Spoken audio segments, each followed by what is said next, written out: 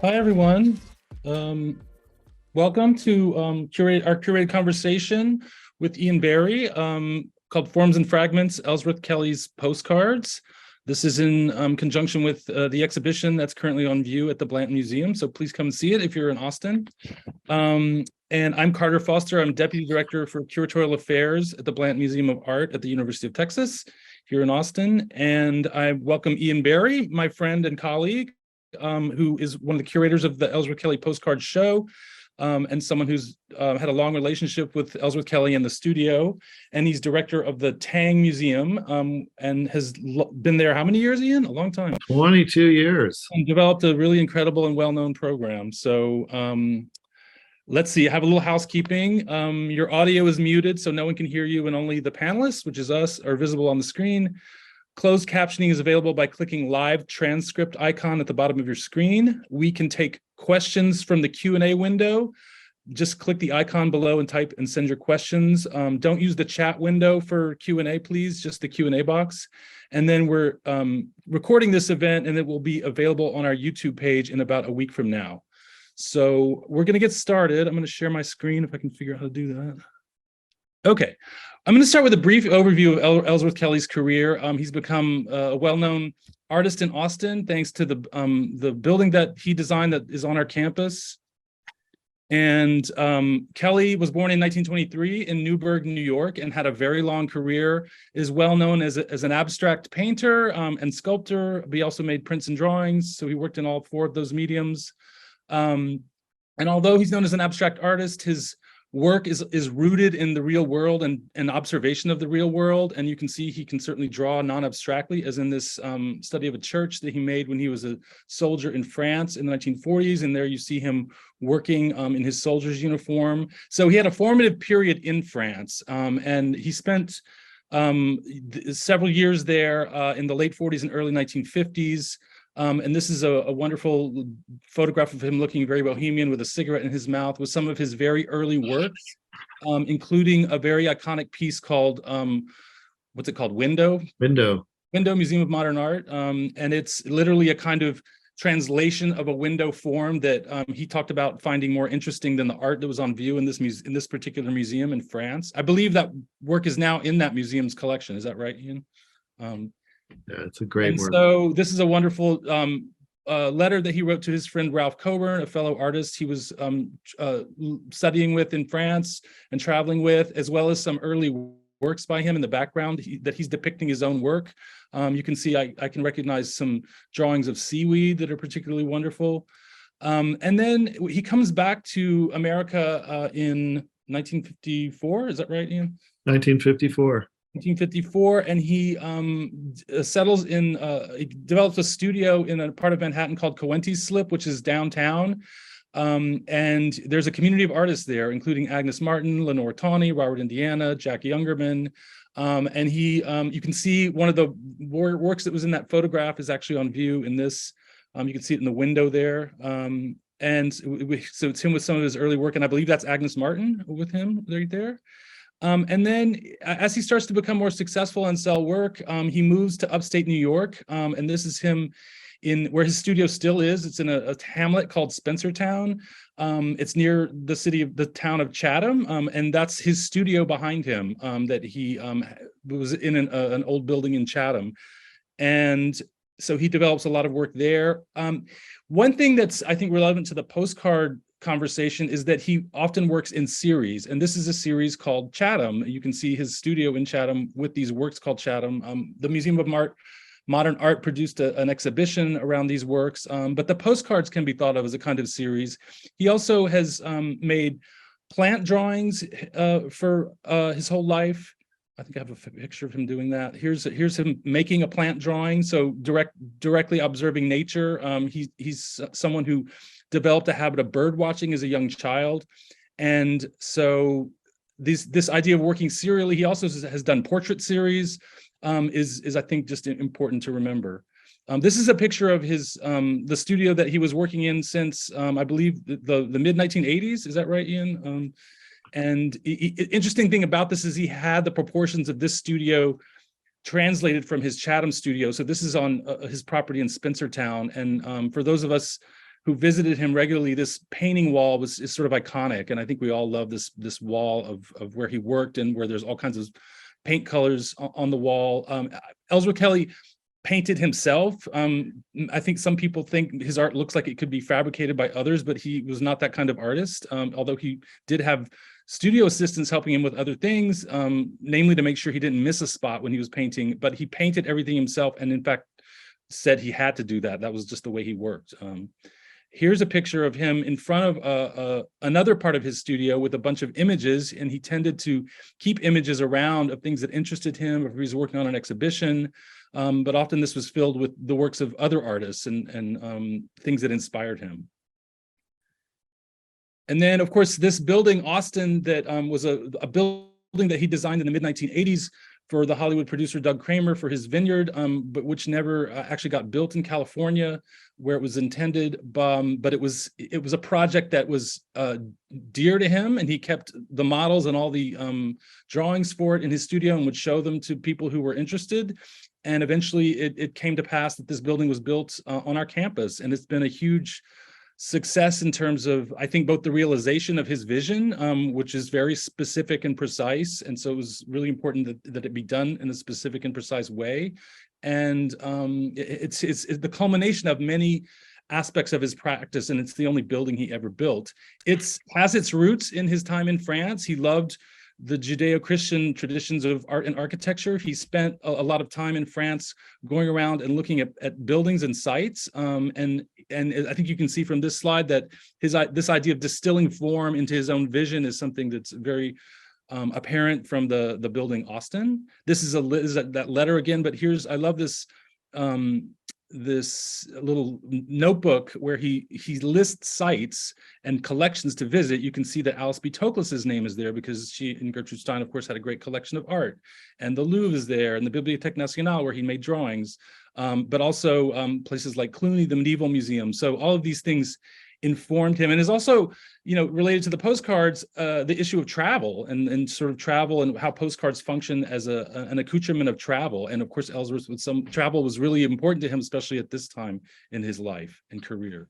And just to show you an example of how the stained glass of Austin has its roots in France, another picture of his studio. And then just to make the point that, he's known as an abstract artist, but I think these pair of images is really instructive, showing how, if you look up at this modern art building in the Cité Universitaire in Paris, you can see how Kelly distilled this view from this opening in the roof of this building, and by translating it and turning it into a flat kind of image that seems completely formal, but it's so important to understand that this distillation of world observation is really important. And also, he also talked about architectural scale and wanting to create a kind of art for modern architecture. He loved this building by Le Corbusier in France, which uses color to very striking effect. And in fact, you can see one of his early works from 1951,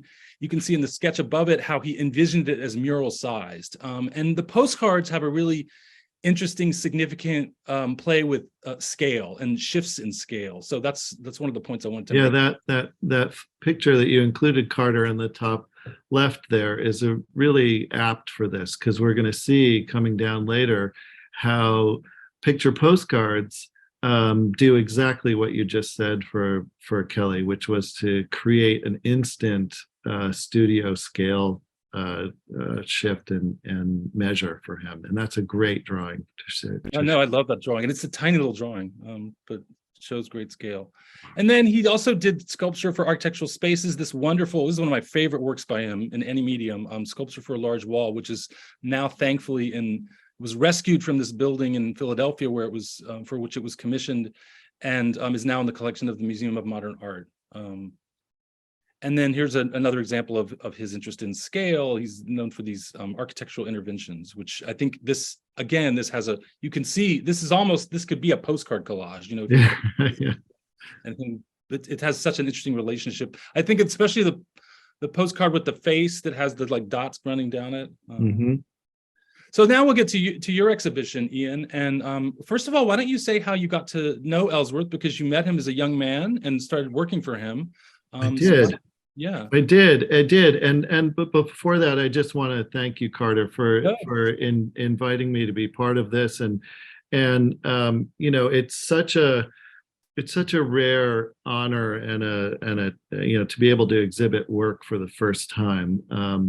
Each of us has had that exciting experience to put something out in public for the first time, and it's especially exciting when it's of an artist so widely collected and exhibited as Ellsworth is. And so thank you. And thank you, Simone and Veronica and Ali and other crew at the Blanton for bringing the show to UT and letting us see these works in a new constellation.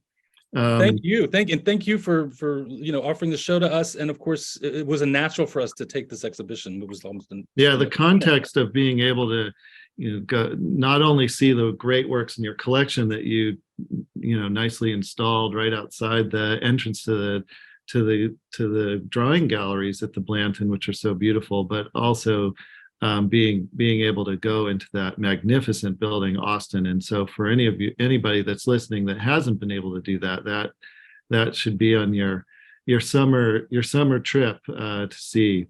Carter, you're right. I got to know Ellsworth early in my career thanks to my art history professor, Roberta Bernstein, who introduced me to Ellsworth, and I got to work directly with Ellsworth and Jack and Nick and Wanda and others in the studio at the time in the mid 90s. And so I came to the studio a year after that photograph on the left. So Jack Shearer took that photograph of Ellsworth's drawing studio just before I visited for the first time, and that picture is a really is such a blast from the past, and we included it in the catalog and in the exhibition at the Tang because it was so formative for me. It's the first time I saw postcards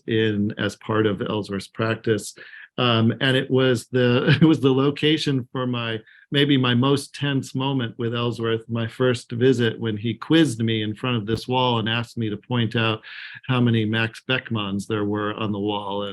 And thankfully I did okay. I see two. Is that right? I think I see two. That wall kept going. There were a few more, Okay. but it was a great visit, and it was a really formative time for me. I worked as his assistant in the studio during the time of the Diane Waldman Guggenheim retrospective up until I started grad school, and stayed in touch over the years after that. Were you what did you do for him? Were you like research assistant? Were you doing like? No, I worked in the studio doing whatever needed to be doing that day, which was perfect for me because it allowed me to get a sense of how an artist studio worked. It was the first time I had worked in an artist studio. So some days we were packing works for being picked up to be lent to exhibitions. Sometimes we were ordering paint. Sometimes we were cataloging drawings. Other times we were, completing photography and greeting guests and hosting the all different kinds of people that would want to come to the studio and meet Ellsworth. So it was a great education for me. Ellsworth, you rightly said, did all of his painting himself, and I did take a few turns sitting alongside him while he painted to look out for the dry spots, which was a really, I'd get shivers. I can't believe I got. You're one of the few people that got to watch him work, actually. Then, yeah. It was rare. We were often sent away.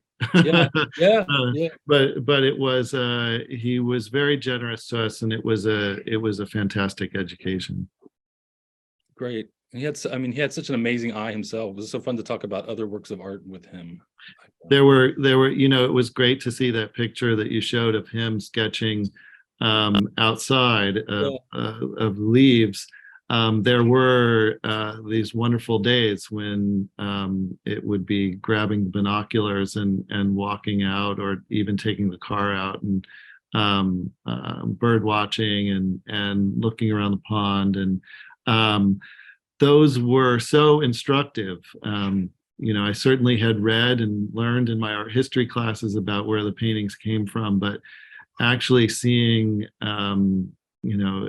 standing behind him and trying to see what he was seeing, and then seeing how that translated, even right away onto the page of a sketchbook, and then months and years later into the shapes of canvases that became, works that we would bring and hang up in museums. It was really tremendous. And then understanding that any contemporary artist does not work in a vacuum. They work in a tradition, and most of them are deeply interested in art history, whatever their practice, and get ideas by looking at the past, or inspiration by looking at past works of art. Which is why he has this wall of works by other artists in his studio. Absolutely. That the postcard show starts in 1949, and we in a sense we start the postcard collages with a work that's arguably not a collage, but a painting, and Yves Lambois includes it in the catalogue raisonné, but it's a really monumental work. It's a picture postcard, 3.5 by 5.5 inches, 1949, from that pivotal time of being in Paris and being in France, and traveling around and seeing all the influential artwork and artists of that moment, of that era. Ellsworth sort of brown painted out the image on this picture postcard and sent it to his friend Ralph Coburn, as he said. And it was the first time that Kelly made a monochrome. And so there's a lot of firsts that we found on the postcards in terms of shapes, collages, experiments.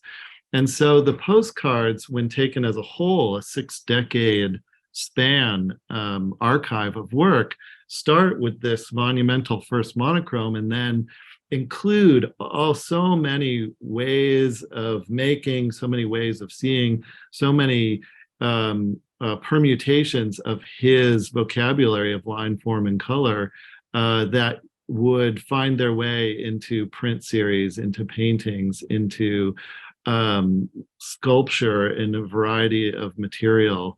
And so the postcards, now that we can see them in this exhibition, we get this alternative biography, this alternative retrospective in a way of all of the ways we know and love Kelly's work.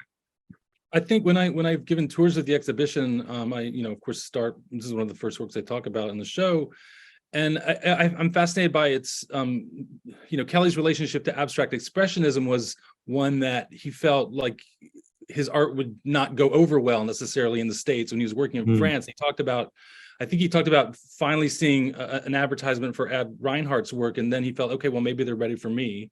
Yeah. Of course, Ad Reinhardt has an abstract expressionist phase, but he's better known for his sort of hard edge abstraction and tonality. But this is, to me, the most abstract expressionist Ellsworth Kelly ever gets. Yeah. So I find that really interesting. And is this the postcard that says on the back in French, guess who sent this to you? Because he sent it to Ralph Coburn in Sanary, I think, or is that the one? There's two. There's this one, and then the card right after it, which is also on view at the Blanton. And yes, that's this one. And then the other has some automatic writing, or what appears to be automatic writing on the back. So he was being a bit pranksterish in his sort of notes to Ralph at this time.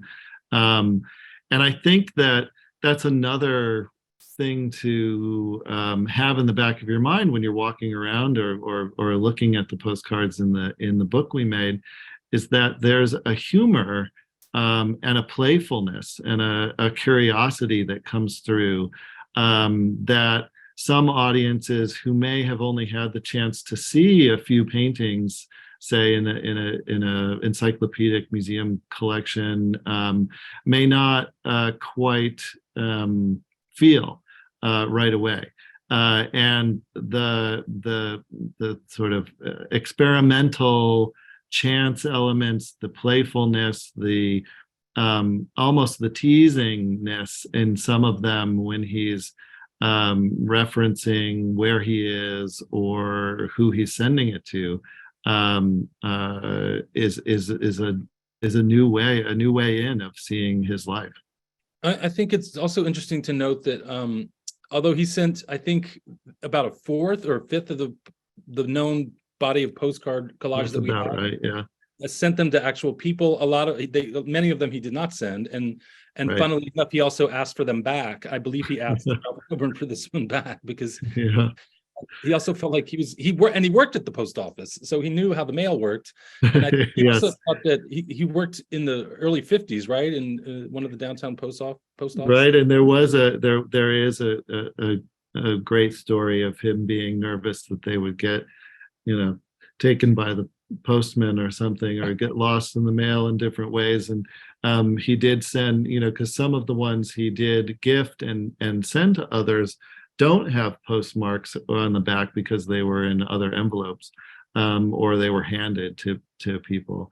But it's true, the reality of Ellsworth keeping and archiving these works made a show like ours possible.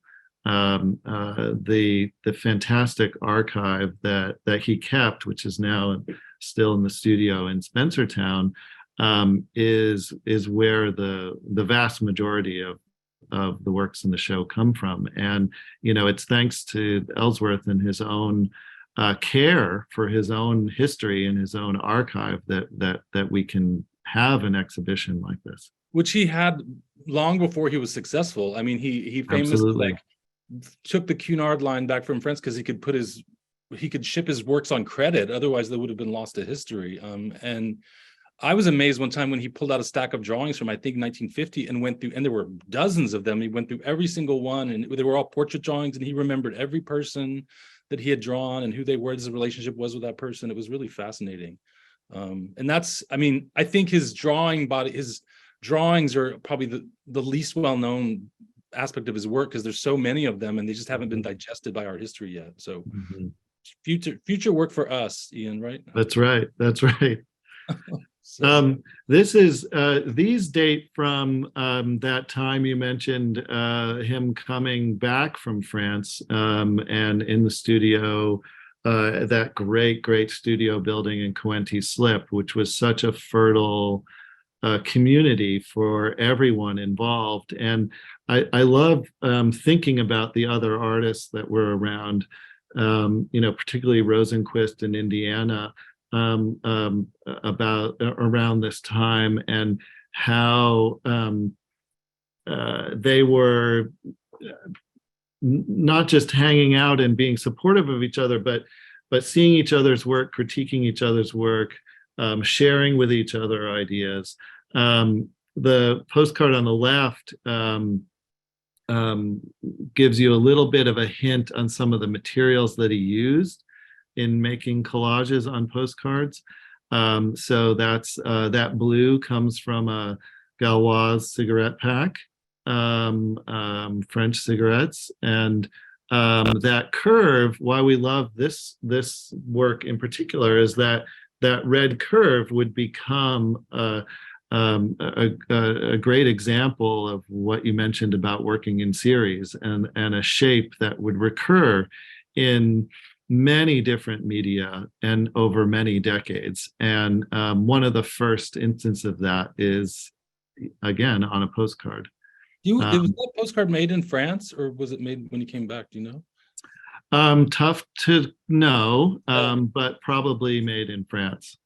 And is that curve, do you know if that appears on the actual Gauloise? So is that like a found shape in a sense, or? I don't know that. It's not on the cigarette pack, the Gauloise cigarette pack, but there are many found shapes in the collages. he's not only like the work on the right, he's not only putting works on top like the Galois, but on the right, making shapes that frame what is already in the picture postcard. So there's sort of a both forms. So the found is sometimes in the collage part, and the found is sometimes in the photographic part. And I should say that there's it's him using non-traditional art instruments in the form of scissors. I mean, I guess scissors relates to collage, but I mean, he's the edge and the sort of the way the edge meets the image in this postcard, for example, is, it's all about how that edge vibrates or has energy to it, which is created by him, cutting, in this case, cutting it with scissors. In other cases, he's tearing things. And so you get the kind of fuzziness of a torn printed, medium image or whatever. So there's as you said, there's playfulness, but they're also a little more casual than some of his other. And you can recall that there are paintings of the 50s that resemble that shape that's made in between those green shapes. So, right, absolutely. So there are he is sort of not only playing, but also composing, very carefully composing and finding shapes that would then become paintings. Yeah. I should say his postcards also belong to, they belong to the tradition of collage, which is a really important tradition in 20th century art, regarded by many as one of the key breakthroughs that sort of has its roots in Cubism and Picasso and Braque, using mundane printed materials or commercially available materials and incorporating that into their paintings. But then many other important collage artists, Max Ernst, and then it also relates to the tradition of mail art, MAIL, which is an interesting one in the 20th century, that the Blanton has a strong collection in its Latin American artists, because many of those artists were using it to subvert an official system and avoid censorship in the government and things like that. They were living in dictatorships. So the mail became this system that they used. And then an artist that is very important to that tradition in America is Ray Johnson, who's someone that Ellsworth knew and who made mail art his thing. And I would say, I guess you define it in that sense as an artist harnessing the postal system in some way as a conceptual act. And I don't know that Ellsworth was doing that so much, but it definitely relates to that tradition. And it does relate. I think that in this exhibition, we chose to foreground the fronts, the collage, the collage practice, the formal practice, as opposed to the correspondence or the sort of the the sort of conceptual part of transaction. And so, that's a show that can come in the future, the correspondence part. But we in the exhibition, you see only the fronts. We don't show notes or some of the work on the back. In the catalog, there is an excellent essay that does reveal some of the backs as we were working on the show. Just in case people who are listening are curious, some of those collage compositions do continue folded over or flipped over on the back. Not many, but some in really magnificent ways. And Jessica Eisenthal's essay that's in the book talks about that, and there's some reproductions of that. Yeah, there's one striking one of an image of a diver. Diver, from beautiful. Very beautiful.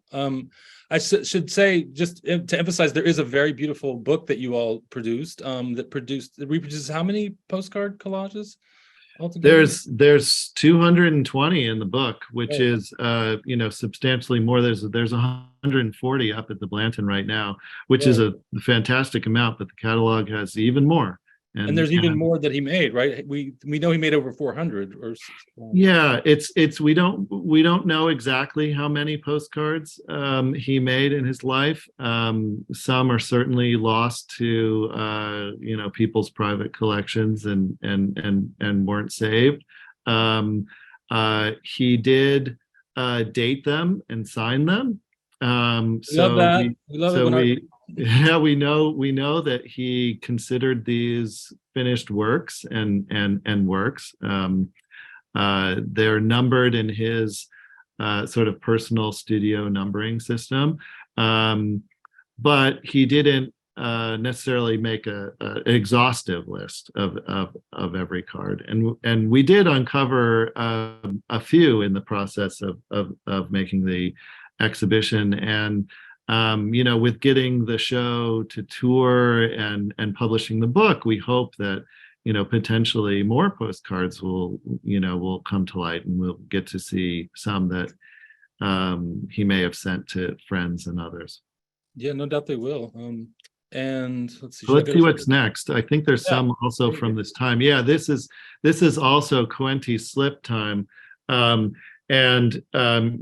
If those of you can picture James Rosenquist at the time, or Robert Indiana using his found letters, and Jasper Johns and Robert Rauschenberg nearby in the same neighborhood, also using sort of letters and numbers and ads and found things. I think we rarely think of Kelly as somebody using that material, but both of these, Most and the horizontal A, are great examples of him using similar material, from the newspaper, from magazines, letter forms, number forms, but making them decidedly his, about, scale on the right, and on the left, the sort of negative space and how one sees. How do you see when you're looking at this postcard collage? What is he framing? What is he showing us? And how can we then see the world anew after seeing these works?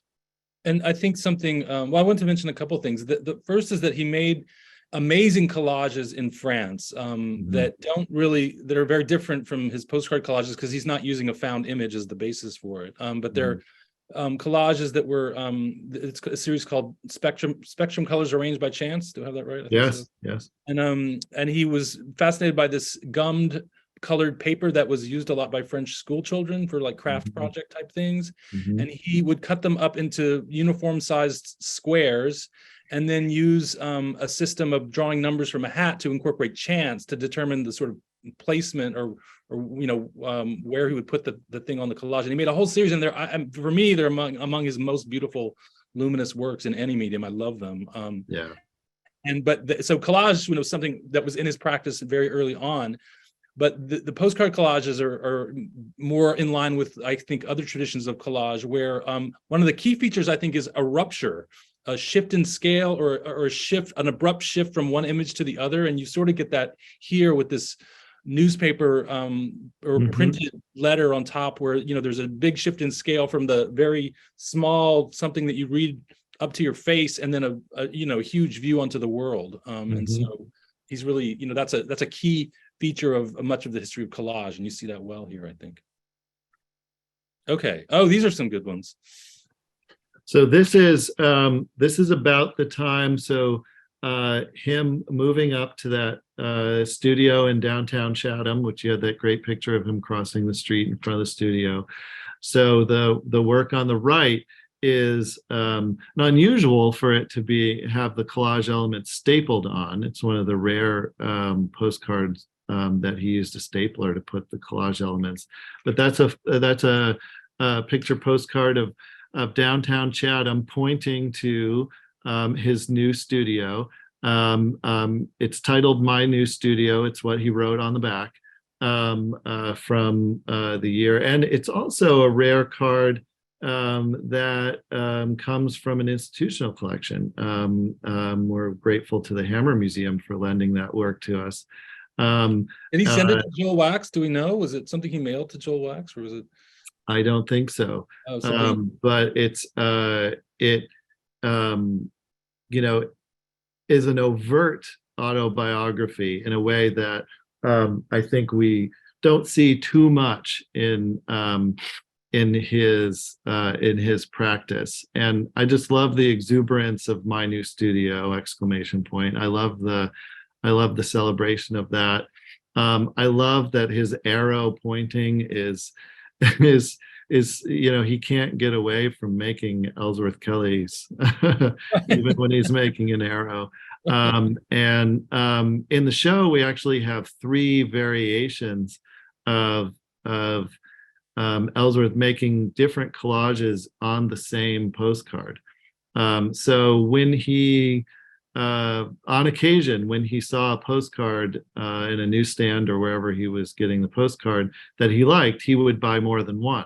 And so we did find multiple cards that have, different images on the same card, and this is one. And so at the Blanton, you can see three variations of downtown Chatham with different collage on the same image. On the left is oh, sorry, Carter, go ahead. No, I was just going to say that Chatham, I feel like it looks largely the same these days, but you can see the cars make it's clear what. Yeah. No, Chatham, hasn't changed too much. Those buildings are still there. They're still, they're still being used for commerce. Downtown is still looks just like that. And then the postcard on the left is, I think, one of the better known of his postcard collages, right? It is. It made it into some, of the works that made it into exhibitions or published on occasion in some of his monographs. Noah's Sailboat was one.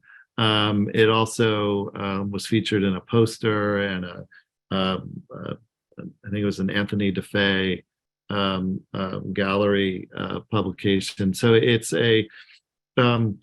is one of the better known ones, and it is just a sort of magical, hilarious, surreal pop image. That's Marilyn Monroe's nose there on top of that sailboat, just perfectly placed on that sail.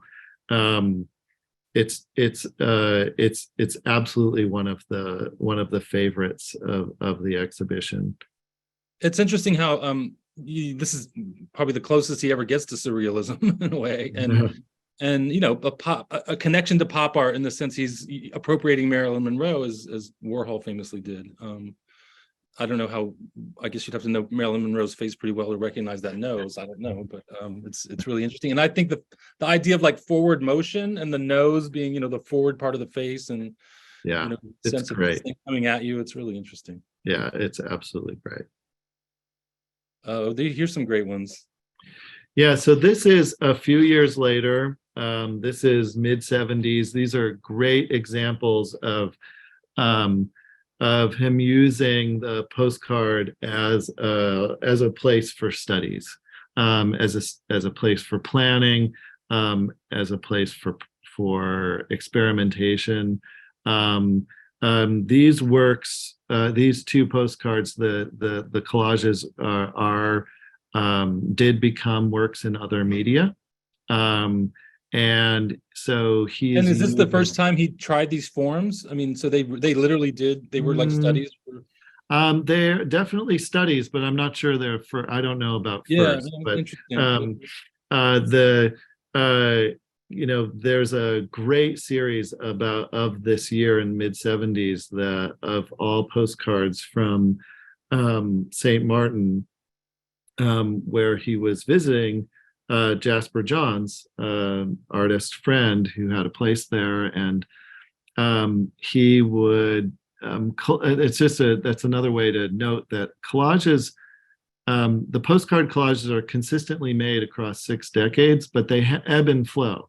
So there's moments, years and months where the production goes way up, and then there's months and moments where the production goes way down. So there's postcards in every year, but to different densities. And they often relate to biographical details. We spread them out on the floor along a timeline, and we could map out how these related to travel, related to moments after big retrospectives, moments of new relationship.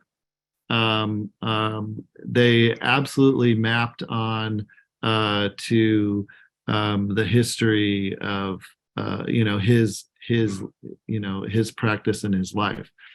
So St. Martin was a time when he was not, and he didn't have his studio. He had his sketchbooks and he had postcard collages to make. Travels in Europe after a retrospective or a big moment or a big moment of production in the studio could lead to a great series, a great year for postcards. And so the 70s and St. Martin include that, particularly 1977. What else can I say? So Concord, that is a shape that became painting and Corten steel sculpture. Long Bay Beach became two panel painting, white and dark gray panels, also from 1977. So in a sense, this is somewhat contiguous or almost simultaneous with the works in other media. And especially Concord Hotel, that one on the left there, like a number of other postcards in the exhibition, they connect to his sculpture in this interesting way. It almost looks like an image of his sculpture in a landscape, which of course was placement of sculpture. It was in landscapes was very important to him. He had sculpture placed outside his studio window and on his home property, and that were very carefully cited. And so you get a sense of that practice in some of the postcards, especially the one on the left here, which is it looks like Absolutely. a sculpture is on the beach. Absolutely. And this to go back to another point, these St. Martin cards also are a great example of him finding a card that he liked, getting multiple copies, and trying different permutations of shapes and scales, like on the same place, on the same spot, measuring against architecture, measuring against trees, against nature. Yeah, one more. Oh, here's a good group. Yeah, so now we're getting into the 80s, and what I love about these three is the kind of the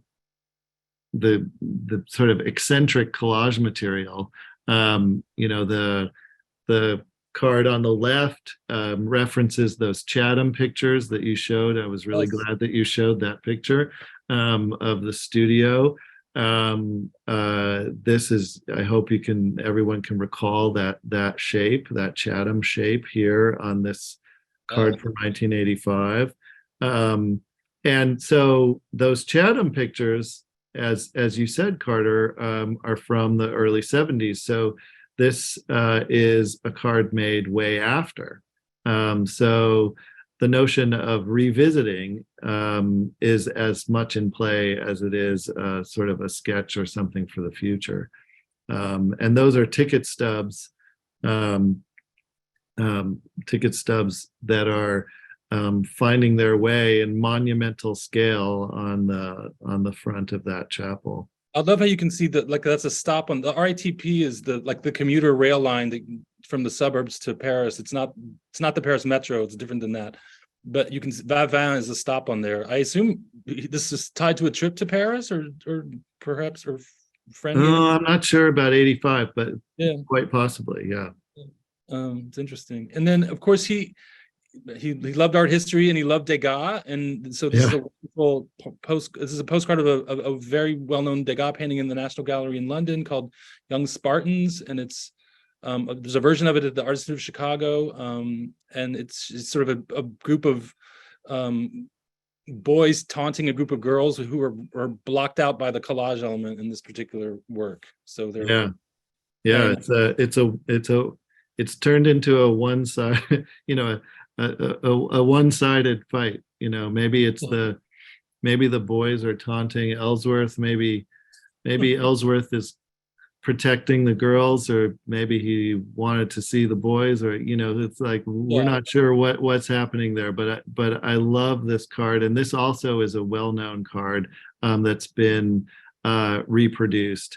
I will say that even though the majority of the cards in the exhibition in the book have never been seen before, it's not like they were a hidden part of his practice.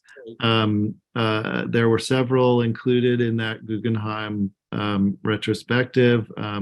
They were included as illustrations in several monographs. So they were known to scholars and they were known to curators, but never shown in this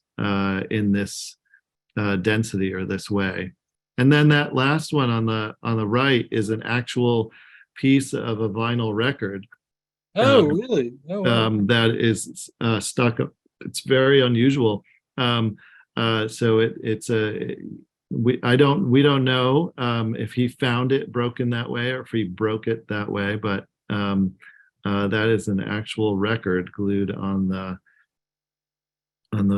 that Barcelona. Something that just occurred to me is that this is around the time he's working on the designs for the Kramer, the what becomes Austin, the chapel. And these two postcards show his continued interest in ecclesiastical architecture, both on the on the left and the right.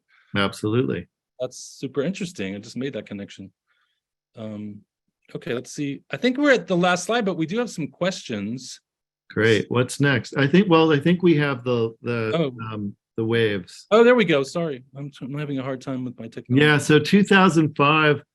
Ellsworth dies in 2015, but 2005 made a series of cards that are in some ways a little unusual in that some of the collage element, like on the left, cover the entire postcard.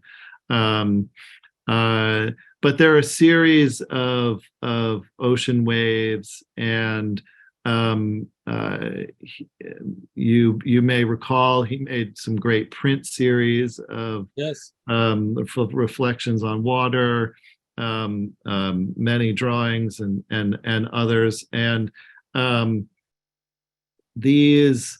And I should just say, early collages based on the Seine, the River Seine. Absolutely, and we're, I think, adding a little sort of romantic editorial here to sort of end of life and looking out and looking into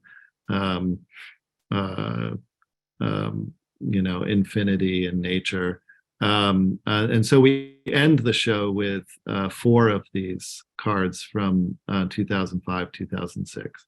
These are among my favorites, I have to say, and I'm fascinated by the way, like the one on the left, it looks, you want to sort of read the edge of the ocean at the right side of it as a collage. It almost looks like a collage element, or a torn piece of paper, but it's actually just a continuation of the image of the wave on the beach, I believe.